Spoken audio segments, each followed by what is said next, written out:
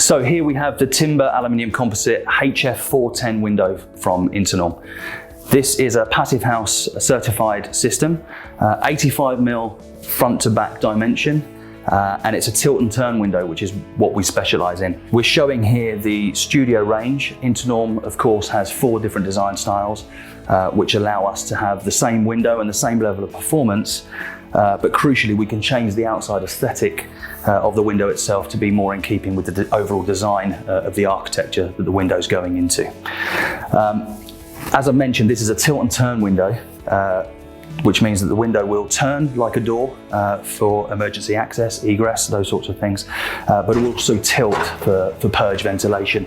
One of the benefits of a tilt and turn window is because the window isn't opening outwards, it allows us to overclad and over-render this particular frame, which can slim that section down quite well.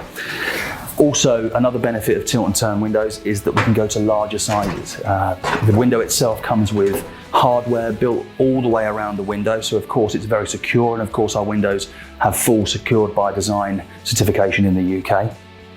But because of the overall hardware, it's set up for triple glazing, can take a large amount of weight and go to very, very big sizes. This window itself we call a designer window, the HF410. It comes with a range of internal finishes. Of course, the outside can be any rail colour the client would like. Internally, we offer different timber finishes, which can be in keeping with furniture and the internal surroundings.